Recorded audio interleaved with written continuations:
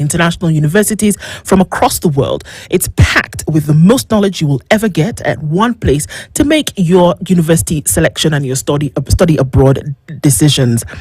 It's the first, and it's not your typical conference.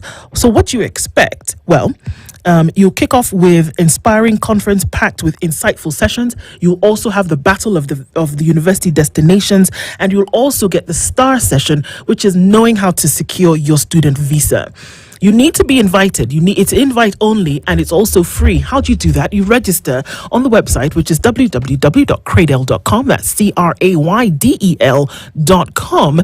And you can also call 0799 000 and somebody walk you through what you need to do. This is the conference you want to attend to make sure that you get all your university needs and your destinations sorted.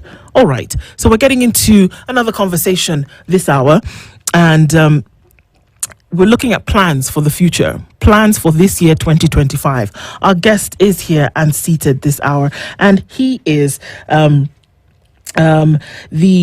head of investments and financial fitness at Stanbic Bank Kenya, Kingori Gavinji. Good morning to you. Good morning, and thank you very much for having me. Excited at being part of Kenya's biggest conversation. Thank you so much for being here. There's something that you should know. The job market in Kenya sometimes is a bit iffy. And there are folks, maybe some who have skills and were not able to get an education or get those skills that they need tapped in and roped in. But there's an organization that's doing something about that, and that who wants to say, you can come to us and have those looked at. And Dennis is going to tell you a little bit about that. Yeah, and when you talk about the unemployment crisis, not only in Kenya but in the continent, in Kenya alone we have over 1 million young people who enter into the job market annually. That is every year, and with that, the government recognizes it is a problem. Africa says it is a problem, but a solution needs to be put in place. As we talk about it, there is KCB, and through its foundation arm, that is Tujiajiri platform, has decided that we see the problem, but we will issue a solution. And with that, they have decided to upskill, give extra skill to these young people, take them back to school, and also give them certification from NITA. And as we keep having this discussion, City, this certification from NITA is not just a certification, but it's an entryway into accessing job opportunities. You see, the certification is recognized by would-be employers or people who would want to partner with you in a business venture. In some of the technical fields, it's actually referred to as a trade test. Mm-hmm. And when somebody passes it, there's level 1, 2, and 3. The more you advance, the more competent it is that the certification is saying you are as competent as the grading. Mm-hmm. Now, many people want to give you a job, but they want to determine, okay, you say you can do this. Is there somebody else who says it? And the certification says that for you. Mm-hmm. It says you can actually do it. Because the certification is not based on how many books you've read. Mm-hmm. It's how many problems you can solve technically. Mm-hmm. Yes. Mm-hmm. And with that as well, you not only get the certification, but you as well, they give equipment. You are a plumber, take this drill. You are an electrician, take these screwdrivers and the tapes. Go ply your trade. And with that, since inception, KCB Tujiajiri actually has numbers here. Created 150,555 jobs, trained 35,195 youth, incubated 10,954 youth, disbursed 267 million shillings loans to support their enterprises, and issued 2,225 startups toolkits, and trained 6,535 businesses for financial planning. All this information, you get it on kcbgroup.com/foundation. Great. So, Kingori, thank you for being here this morning, and I'm going to welcome you to the Situation Room. Before we even get into this conversation, CT goes around the continent, and he goes to a different African country every week, and he comes back with a basket of proverbs. And this week, he's going to welcome you, rather today, with today's proverb, and you can tell us what you think about it and how you would interpret that, right? Okay, let me just ask a simple question, and the question comes in the form of a hint as to where this country actually is, okay? It is the home of the majority of the world's mountain gorillas.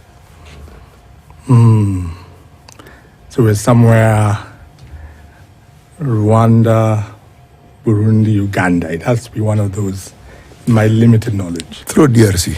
DRC, of course. Yes, if you're going to go that route, then you throw in DRC. Yeah. Yes, that is true. But let me give you a different hint. That country has a mountain range that makes it possible for the habitation of these gorillas. And the mountains are referred to as the mountains of the moon. Okay.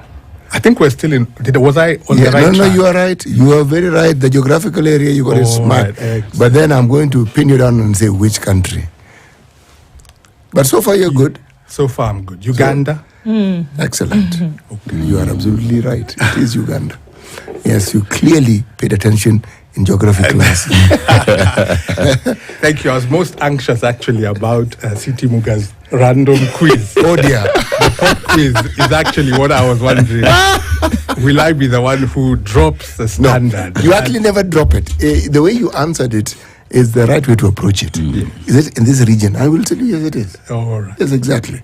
Even if you threw in Somalia, I would tell you, actually, it's not too far away. Yes. True. Yes. Yes. Another proverb. Yes. Do not look where you fell, but where you slipped.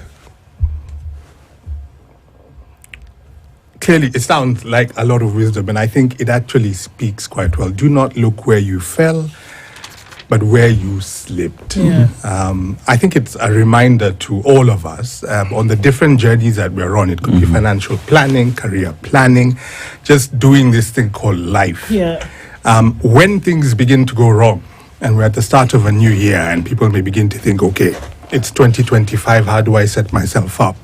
But as we'll hopefully get into, I think 2025 and the way it turns out has a lot to do with the way you spent 2024 and the years before.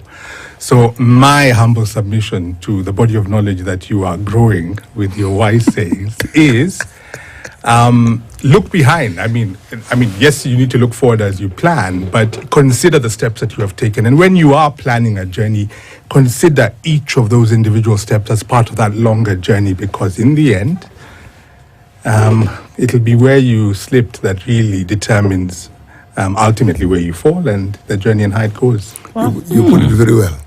indeed. Very, very well indeed. Yes, thank you. Okay, so we're jumping into 2025 already, Kingori, and many questions. I mean, you start the year off and there just seems, look, I don't think there's anybody who's unburdened at the beginning of the year when you're looking at all these things that need to be done. And now at this point, you're asking us, well, look into 2024 and see where you may have botched things. But at this point, how do you start off into a new year, especially from a financial point of view, where there's so much in terms of demands and burdens? Where do you begin? Thank you. And I think, first of all, 2024, if we just take a moment to do a quick review of it, if you listen to what people are describing it at, we are sometimes accused in our industry of coming up with financial jargon, but the word "where" that people have used to describe 2024 captures, I think, the broad spectrum. It was a tough year at the macroeconomic level. It was a tough year for us as individuals. We saw a lot of different changes. If you ask the shilling, it'll tell you it was a tough year for me as well. But by the end of it, the shilling came around and then things are beginning to look up. As we come into 2025, and thank you for sharing what some of our peers in the industry are doing to help particularly young people acquire skills. I run a program called the Financial Fitness Academy, and when we're starting that conversation, as we will be doing in the course of this year with new partners, we talk to people about the power of creating and building. It sounds a little biblical, but that's not the intention. It's really to ask yourself, what's in your hand? And as you come into 2025, the question is, what do you have available? What can you put to work for you? When we're talking investments, which is the other thing I do at Stanbic Bank, and which we are quite proud of being able to drive that in Kenya, we tell people that when you're thinking about achieving a particular goal, let's say in 2025, I want to grow my savings. It can sometimes be quite daunting if you try and ask yourself, okay, what's the big picture? What's that big lump sum I want to get to? But we emphasize the power of starting the journey. the small steps that you can take. So the simple piece of advice is, you'll be hearing it everywhere, people are making resolutions, but start. We're already into the second, third week of the year. Start. It could be with a small lifestyle change, coming off December with its excesses and beginning to say, I'm going to begin to save a little every month, every day. I'm going to save a small amount. So our advice, it seems quite basic, is to start the journey. If you aren't already on it, if you didn't feel you were moving towards your financial goals, is to start the journey. And we have a number of solutions that help people sort of like start without too much of a fuss. So too much of a fuss for a lot of people would be, you know what too much of a fuss is? Nothing. So, and that's the question. Where do you start if you have nothing, literally? With a vision. And there's a number of principles we talk about, once again, in the Financial Fitness Academy. And one of them is starting with the end in mind. And it's actually worth sitting down. It may not seem like the most productive economic activity when you have very little to put aside. To just sit down and say, what are my goals? My short-term goals, my medium-term goals, my long-term goals? Because I'll tell you what does happen. When you are not clear about that ultimate destination or even some of the milestones along the path, this is one has to have some hope about it, that the resources will come. You may not have anything now, you may not have a job as we start 2025, but by the end of the first quarter, you may. And if you were clear that, for instance, my goal, if you were in debt, is that by the middle of the year, once I begin to get an income, I want to reduce my debt, which is a big concern for many people in financial empowerment, is how do I manage my debt?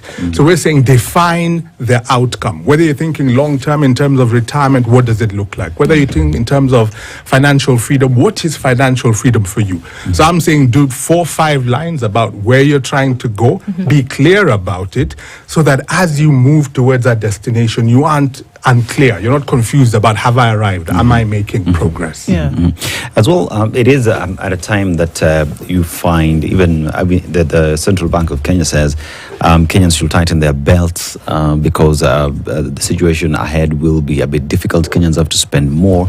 And as we talk about planning now for the year 2025 with all these things in mind, one would beg to ask, with what? Leave alone even yes. Some of us sold the belt just to make ends meet. Yes. So when you ask us to tighten it, essentially you're asking me just hold on to it. Yeah, because it is a very difficult conversation, and one would want to know, how do I navigate with the little that I have that cannot even sustain me?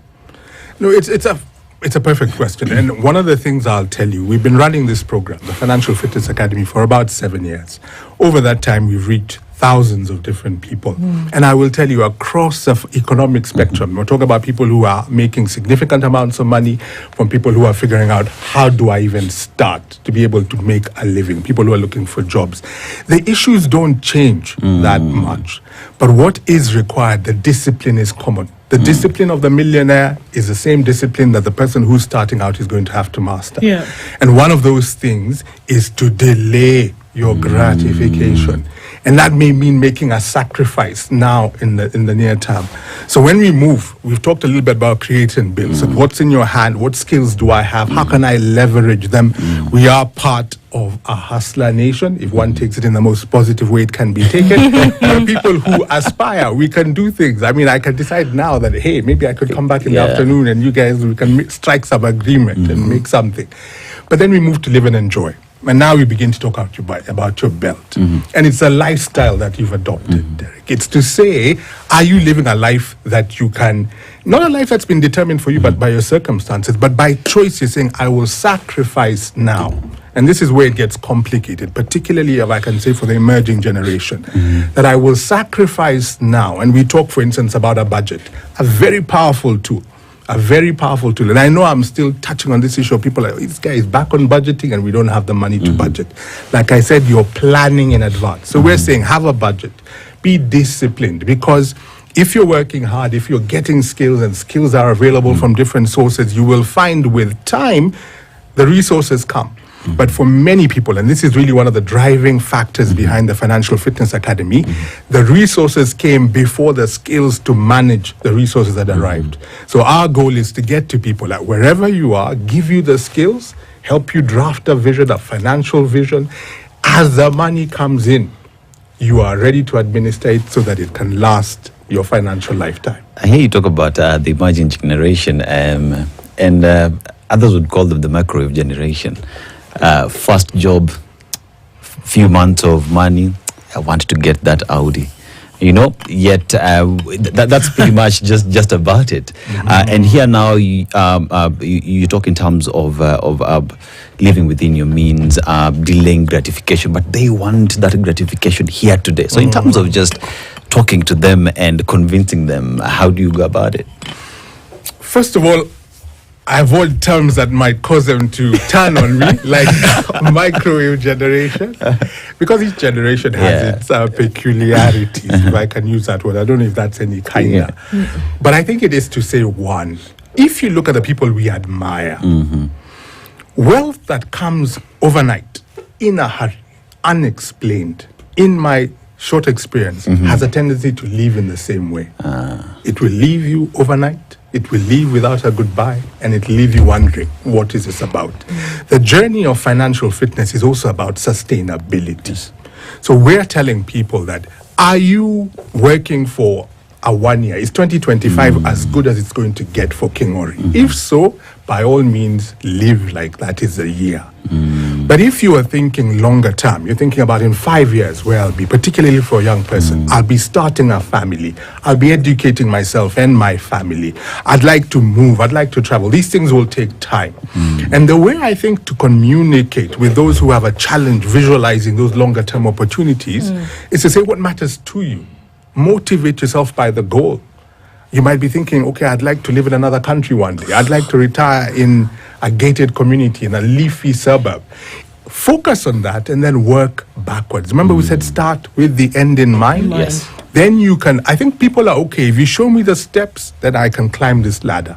But if you're not clear about how people climb it, and unfortunately sometimes the stories we get are about the outcome, not the process. So our job is to remind people that there is a process. We normally invite people to come and tell people about that process, share your journey. And I think any generation, not just the emerging generation, will relate with a story that they can see. This is how the person got there. True, they can. In fact, the very description or definition that one of the definitions that is given to this generation is probably where we ought to start. Why do you think that they appear, generally speaking, to gravitate towards immediate gratification? Why? Because if we can find an answer to it, and the answer doesn't, we don't need to think it, we just need to ask them, and they'll be able to tell us. But it doesn't start with the job. Ask, where do these young people start having this idea? Because it's when I get the job. So when you get the job, you see the manifestation of the process of thinking that they've had. Yes. So perhaps this conversation ought to take place before they get the job, when they still study, when their thinking process hasn't solidified. Exactly. And so the options, the Audi stays the focus. The Subaru stays the focus. Yeah. Yes. But you say, life isn't about the Audi or the Subaru. How do we balance this? 100%, 100%. I'd take you back. Let's turn the focus on ourselves. I recently participated in a conversation with younger people, and I realized they're not so big on advice anymore. They want you to share your experience. Yes. Talk like a human being to me. Don't talk like you're teaching or lecturing Don't talk me. at me. Don't talk at me. Think about your own journey. What did your parent or guardian teach you about money?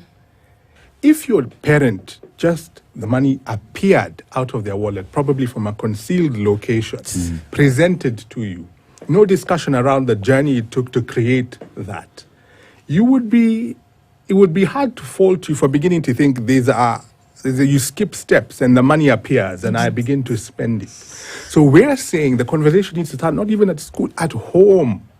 Teach your children. We have a financial fitness academy for kids as young as 6 or 7. Begin to teach them about money. When you understand how this thing is created, you'd be surprised how many primary school going children in Kenya have not gone into a bank to just understand that money does not pop out to anyone who queues long enough. That there's a process to it. You deposited it, then you withdraw it, then you spend it. So the view that it's something that can happen very quickly, I think can be countered with the knowledge and the experiences that conversations like this can create. You know, we have these conversations with institutions that deal with money in different forms. Banks maybe, but also insurance companies. And we always ask the question that we're now seeking to answer, and for which you've actually provided an interesting perspective. The academy. You see, how do you expect to have a saving culture when it hasn't been taught? Yes. Where do you think it's going to come from? If the vast majority of the people who live in this country live from hand to mouth, and so they're busy thinking of where do I get so that I eat today. Saving doesn't feature, and yet it can. Even with the little that you have, it can. And I hear you, Siti, speak in terms of financial literacy that needs to start from a very young age. Yes. Something that ought to be a continuous process. Yes. And as well as a country, perhaps we need to have this discussion throughout and start it from a very young age so that as a country, everybody knows the process of getting money and investing it. But you see, Dennis, we have a culture in this country that flies in the face of what we're saying. There's an entire group of people who have introduced a culture of magic thinking where, yes, where you you need to find yourself in a particular place, and the word deal, and then you throw in the word hustle. A lot of it has to do with just pure theft. But it means you do not work for the money by adding value so that the value is what gives you money. You just have the money. How? Where does it magically appear from? Yes, and that is a culture that we have. And it's a culture that is catching up because everybody thinks, nitapata tender. Yes, exactly. And it fights because the discipline required in formulating the sort of mind that plans. We're not even talking money yet. Just plans and says, this is what I'm going to do and this is how I will do it. We have a laissez-faire mindset where people just think deal. How do I get into a position where I do this and press this button and as voila. we do say, voila, money arrives at me. And they believe that's how it should done. How it should be done. 100%. I mean, if you listen to what people are talking about these days when it comes to money, there's a book, The Psychology of Money. Everybody who is trying to improve themselves these days is talking about that book. And it's about the mind. It's about the software when it comes to thinking about financial prosperity. It's about our culture. And that's why we organize a Financial Fitness Academy in the way we do. We first start by talking about how do you make your money? Are you clear about the skill set, the value you bring? It used to be about time. You clock in 8 o'clock, make sure you're still there by 5 o'clock, you will be paid at the end of the month. Now people are talking value. Then we've talked about how do you live and enjoy. Then we say, think about your lifestyle, adjust it appropriately. And we continue to cycle through all the way to planning for the future. Right. 3 elements when you're talking about financial health, because I think that's the other point, and it comes through in the report. There is financial literacy, which is about knowing. There is financial health, which is about the practicality of being able to do. Are you able to manage your today? And financial institutions are there to help you navigate your today. But can you deal with risk? And CT talked about insurance, and we all know about our insurance penetration. Everybody knows Kenya's insurance penetration is low. 3%. 3%. Everybody, you ask. But what does that mean? It means that we are one risk away from being in financial ICU. And then there's the future. And I think you have made a valid point. Until the hardware, now we talk about the economy, you talk about inflation, you talk about the opportunities, the unemployment rate. Until the hardware also kicks in, it's very difficult to plan for the long term. So those are the 3 elements I think the report brings out that we also are saying we can address. We've been doing this. We say Kenya is our home. We drive our growth. And the way to do it, I think, is to help people manage their today, help people deal with the risks that come, and also set them up so that they can begin to invest and plan for the long term in the future. On that point, let's take a break and then come back and continue some of this. One of the big issues when we talk about some of these things, King Ori, is debt. It's a big one. You talked about that. If you want to get out of debt, what do you do? How are you able to plan a future financially if you do not consider debt and how to get out of it? So let's take a break and come back and look at that. We're talking with King Ori Gathinji this morning, and we're looking at, all right, planning for 2025, coming off of the back of 2024. What things should you look out for, and how should you make those plans into the future? We'll take a break and look at weather and traffic, and we'll be back right after this. Meet before you're given the money. Is there that continuous follow-up and conversation with this person? So that, because many people will tell you it's COVID. When COVID happened, a lot happened. And actually, indeed, a lot did happen. But now the conversation of, okay, this is what happened, all right? Part of what you owe us has to do with the interest that we've charged you. Now, let's have a conversation about how it is we can sort this out, okay? Let's start with, what do you have? Okay? That question, because my experience has been, the bank tells you what they want. Not ask the question, what do you have, so that you can begin a conversation around what you have. Start by just paying off the interest. Let's leave the principal for a side. The interest may be easier to pay. Now, you see, the moment that conversation begins, it means you have engaged and you're making progress. And then there's a knowledge of, if something happens again, come back, let's talk. Does your institution have this conversation with its people? I think it's a good challenge, and I want to give you a very honest answer about how this journey began. When we started the Financial Fitness Academy, you'll be interested to know that our first target audience was my colleagues within banking. Okay. Because we realized there was a challenge. You're in banking, you have access to facilities, you are a banker, and that carries a certain connotation in terms of how you should live your life. And we realized there was a problem. If you yourself are struggling with properly managing your debt, with not over-leveraging yourself, that was an issue. So we actually started this journey in 2017 by talking to all our 1,000 plus colleagues. And every single colleague of ours, and on an ongoing basis, those who joined the organization, has gone through the Financial Fitness Academy. We like to say you're certified to manage your own finances. And at the heart of the wealth framework, when we talk about that, how do you make your money? How do you spend your money? How do you save and invest your money? How do you give back to society when you're talking about black tax and things like that? How do you balance that commitment? And then how do you plan and protect? All of that at the heart of it, and I will share with you as I leave, at the heart of it is you and your family. Our belief, CT, is that you educate the individual, you've kind of sorted half of the problem. Because, I'll be honest again, the bank is in the business of lending money.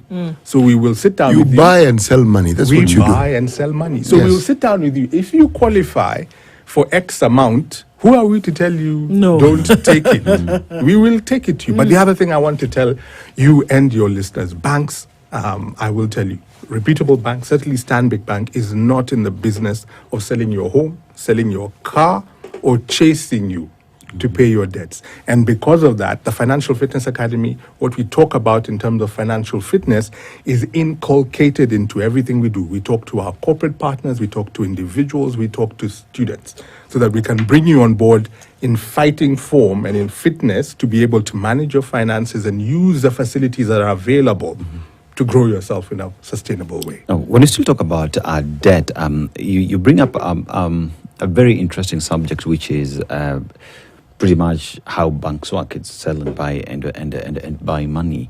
But now let's talk about, I am coming to get debt from you. I've applied for one. Do you have conversations in such that you are so clear on the terms and conditions, not the hidden terms and conditions that no one ever reads, but in terms of, this is what you're giving you, this is what we expect. In the event that you are unable to pay, we will go this direction, or we can still sit and agree on how we can manage this. Because many people find as though I can just apply and go. The rest to discuss when the time comes. But having this conversation before even depositing the money that one has requested for. I think I hear you, and it's the same challenge that's coming back to us on the debt issue. It's kind of like, what's our role in it? Yeah. Sort of like putting money in the hands of people on your first salary. Here's the money, go and spend it, do what you will. We do have a very robust framework. So we have a full risk function. It's interesting that the function that looks after whether or not we're going to extend a loan towards you is, people know it outside as credit, but it falls under a broad category called risk. And risk is not necessarily a bad thing. Risk is saying, have you understood your situation? Have we understood your situation? So sometimes you will hear somebody say, I've been trying to get a loan. I've been trying to get a loan. I go here, I go there, I go there. And I would hazard to say that even no is an answer.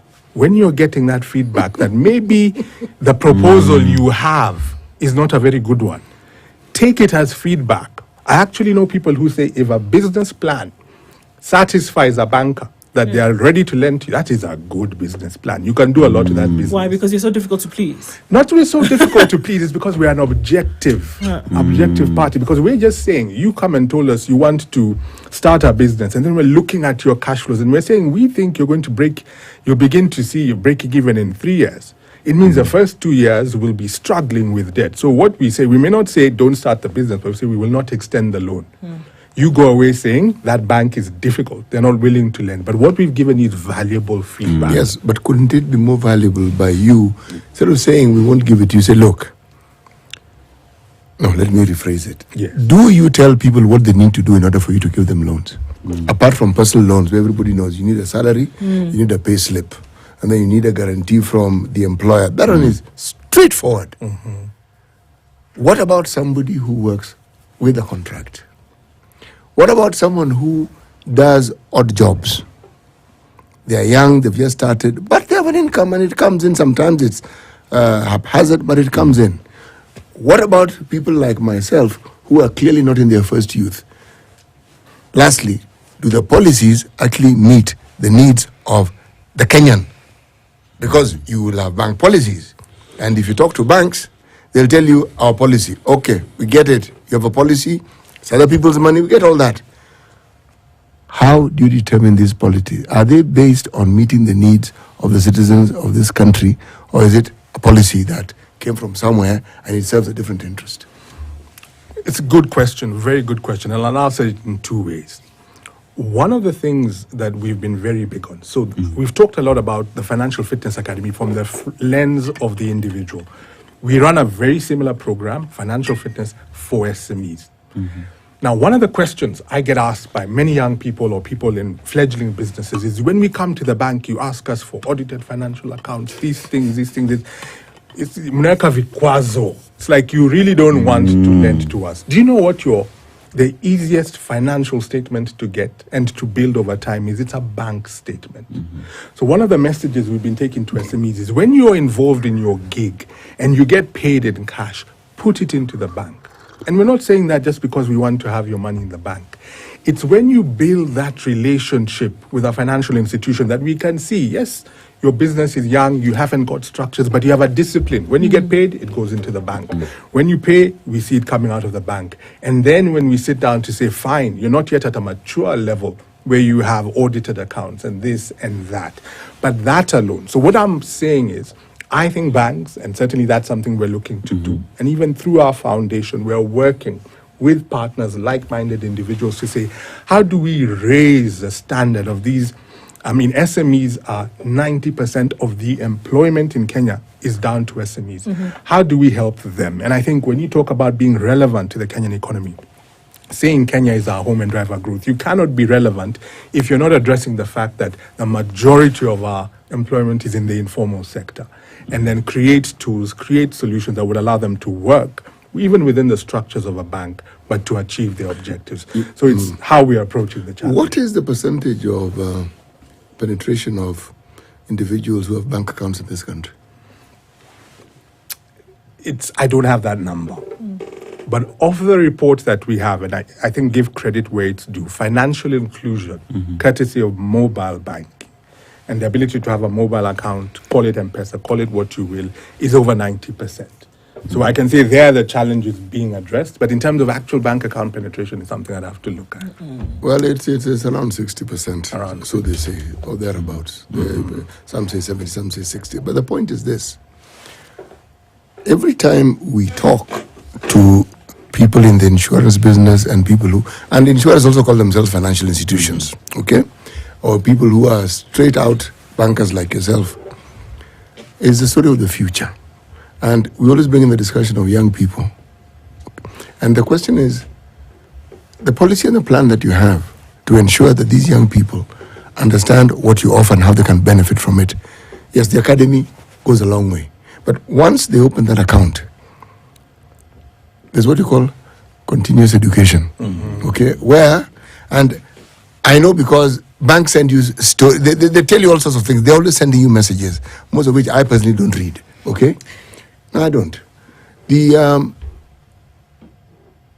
the bank thinks in terms of its future, the future is not in people like myself. Ancient crocodiles like myself are not actually the people you want to focus on.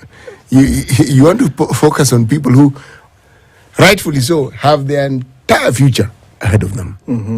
Question: the policies that we spoke of that you say are Kenyan, given that we have a youth bulge, does it actually seriously address this? And is there evidence to show that having addressed it, the numbers of young people who open accounts will be the proof of this particular pudding? Challenges galore. I will have a lot to take back to the office, but let me give you a practical. Like I said, on this subject of, there's a lot of talking we can do about financial literacy, interventions in the market. Let's talk about what actually are we doing. When I joined this organization over 7 years ago, I was working in investments, and we had a financial fitness academy. And I say now, not as something we would want to perhaps shout about, our focus was the affluent market. We were talking to people who had millions to invest. Our products were designed for somebody who has an extra 2-3 million, who is ready to put it away and put it to work. As we speak today, and as of going into the end of 2024, our fastest growing investment product is a money market fund account that we launched last year. Shall I say due to public demand?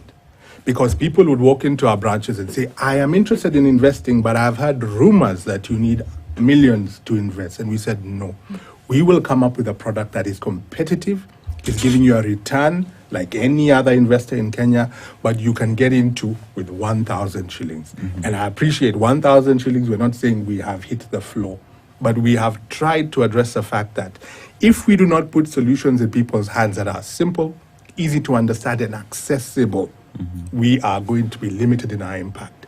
So I think I take the challenge on a continued push, and that's why I welcome what our peers in the industry are doing.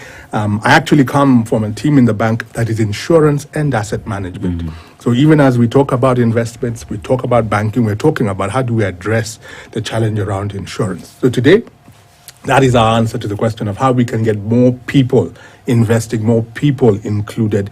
It's by lowering the threshold on investments like our money market fund in Kenya shillings. You can also look at it in dollars, and get people realizing that we're not actively trying to exclude you from working towards the financial future. When you talk to people who are in my age bracket, there's the assumption that there are oodles and oodles of money stuck away somewhere, some under the mattress, which they will happily give you to invest for them. Anyone who's done business will say today you may have that money, tomorrow you won't. Something can happen. Why is it? No, let me repeat the question. Let me rephrase the question. Do you have, just as you have for young people, you only have 1,000, do you have the sort of policy and plan for people who are 60 and above? Let me put it at 55, people who are supposed to retire. That's a completely different discussion, though.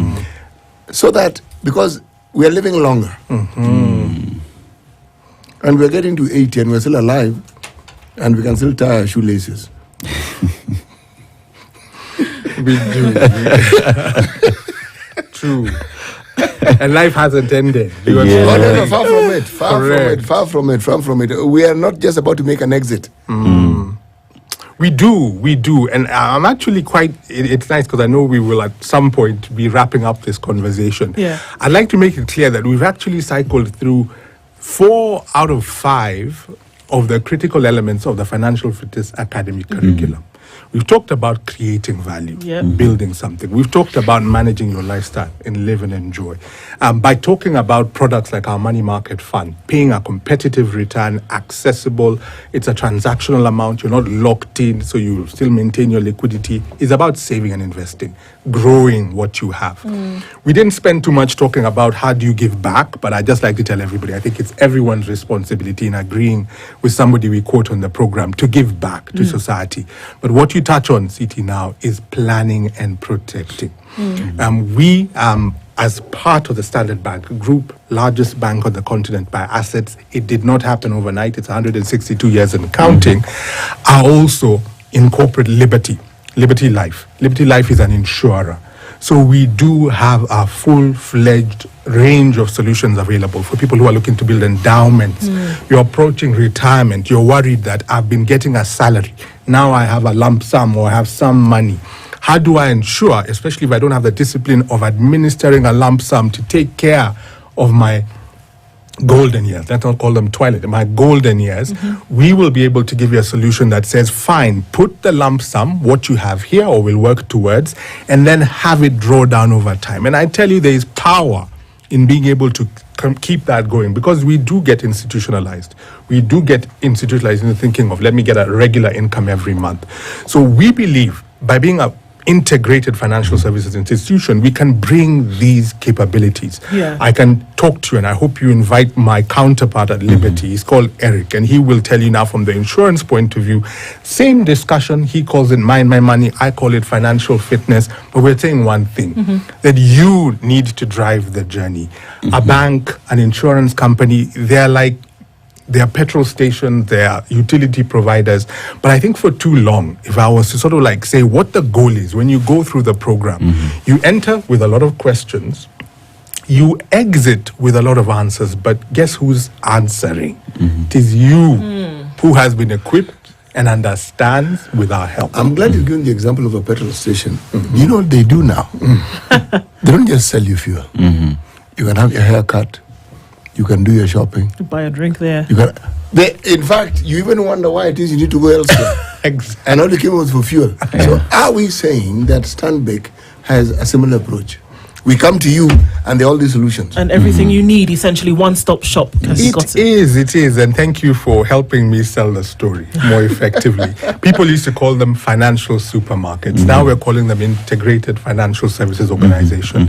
We incorporate, we're saying from your day-to-day banking, we're saying as you grow, if you're thinking about private banking, which we relaunched in the course of last year, because people have aspirations. You're starting somewhere, you're looking to go somewhere. When you talk about travel, what does it take to be able to travel effectively? When you're talking about insurance, we run Stanbic Bank Assurance Intermediary Limited. So we have both an agency, meaning that we can talk to other insurers in the market, and then courtesy of our relationship with Liberty, we have that ability to actually show you what we underwrite ourselves. So the idea is that when you bank with Stanbic, when you're part of us in the Standard Bank Group, we are progressively trying to answer all the questions that it takes to take Derek from Nairobi to Mombasa. If that is your destination, take care of your stops, keep you fueled for the journey, and once you get there, be able to enjoy whatever took you to that destination. Great tools to plan for 2025, I'd say. It's just that, it's a good time to have this conversation at the beginning so you can pick up things as you go on through the year. Kingori Githinji is the head investments and financial fitness at Stanbic Bank. Thank you for being here this morning. And I think, sometimes you overlook the importance of some of these things, but it's great to have you and giving those pointers, and definitely conversations that need to continue. Asante Sana. Thank you very much. It's my privilege, my pleasure to have been here. Conversations continue, and then we go into the next hour. We look at then now buildings in Nairobi and how we keep those standards up. Good morning. It's 9 a.m.